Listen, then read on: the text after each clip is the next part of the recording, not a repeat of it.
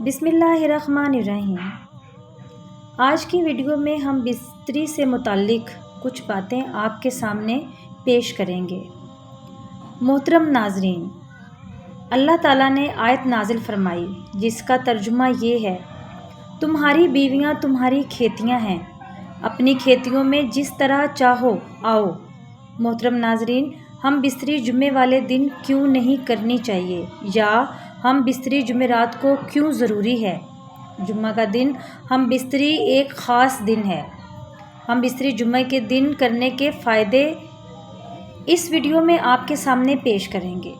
حضرت علی رضی اللہ تعالیٰ عنہ نے فرمایا، ہر دن ایک سا ہوتا ہے مگر جمعے کا دن ہے وہ جمعرات سے بھی زیادہ۔ حضرت عائشہ صدیقہ رضی اللہ تعالیٰ عنہ نے عرض کیا، یا رسول اللہ صلی اللہ علیہ وآلہ وسلم، عورتوں کو بہت سا ثواب مل گیا ہے، مردوں کے بارے میں بھی ارشاد فرمائیے۔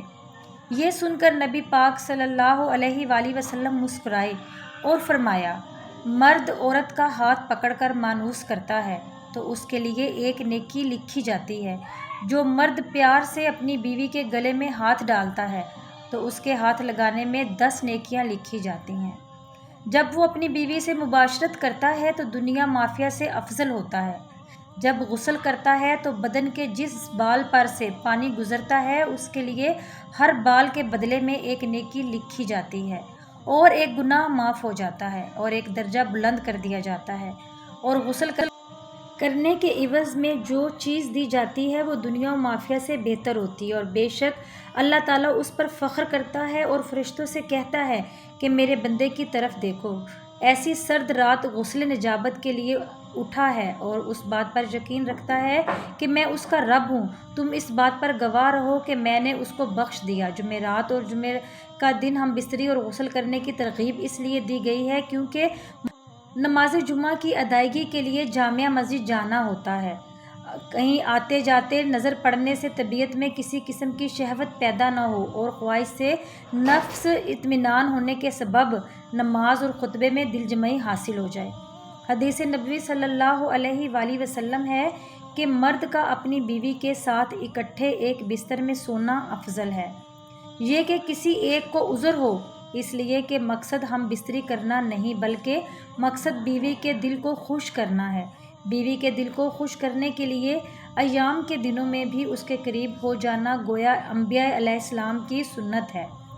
بیوی سے ہم بستری کے لیے دن کی نسبت رات کا وقت زیادہ اچھا ہے، اور اسلامی مہینوں کے پہلے 15ویں اور آخری رات کے علاوہ بقیہ راتوں میں بھی ہم بستری کرنا چاہیے، کیونکہ روایات سے معلوم ہوتا ہے کہ ان راتوں میں شیاطین زمین پر زیادہ اور ہفتے کے اعتبار سے جمعے کی شب میں بعض فقہا نے جمعہ یعنی ہم بستری کو مستحب لکھا ہے، اور شب میں بھی شروع حصے کی نسبت شب کا آخری حصہ زیادہ مناسب ہے کہ رات کے حصوں میں سو لیا جائے تاکہ دن بھر کی تھکن سے راحت ملے اور مکمل سکون حاصل ہو۔ اور ایک فائدہ یہ بھی ہے کہ رات کا تھوڑا سا حصہ ہی جنابت یعنی ناپاکی میں گزرے گا، البتہ رات کا اتنا آخری حصہ بھی نہ ہو کہ پھر دوبارہ آرام کا وقت نہ رہے، کچھ دیر اس کے بعد بھی آرام کر لینا چاہیے۔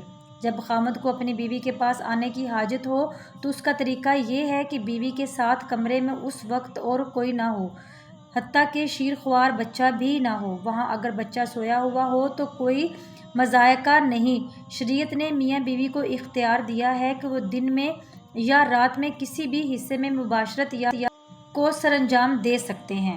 شرعی تقاضا یہ بھی ہے کہ جس قسم کی توقع مرد اپنی بیوی سے کرتا ہے اسی طرح کی توقع بیوی بھی اپنے شوہر سے کرتی ہے۔ اخلاقی طور پر یہ مناسب نہیں کہ شوہر اچانک آئے اور اپنا مطلب نکال کر ہم بستر ہو کر چلا جائے، تاکہ بیوی بدستور تشنہ رہے گی جس سے اس کی تفتیش اور حیرانگی لاحق ہوگی، لیکن اگر اس ازدواجی ملاپ کو بخوبی سرانجام دیا جائے تو بیوی کے لیے بھی یہ مرحلہ آسان ہوگا۔ خاوند کو چاہیے جب وہ اپنی ضرورت پوری کر لے تو بیوی کے پاس سے فوراً نہ ہٹے، کیونکہ اس سے بھی بیوی کی تشویش لاحق ہوتی ہے، بلکہ مرد اس کے بعد بیوی کے ساتھ تا دیر موجود رہے، تاحال کہ یقین ہو جائے کہ بیوی کی بھی حاجت پوری ہو چکی ہے اور مرد کا بھی ساتھ موجود ہے۔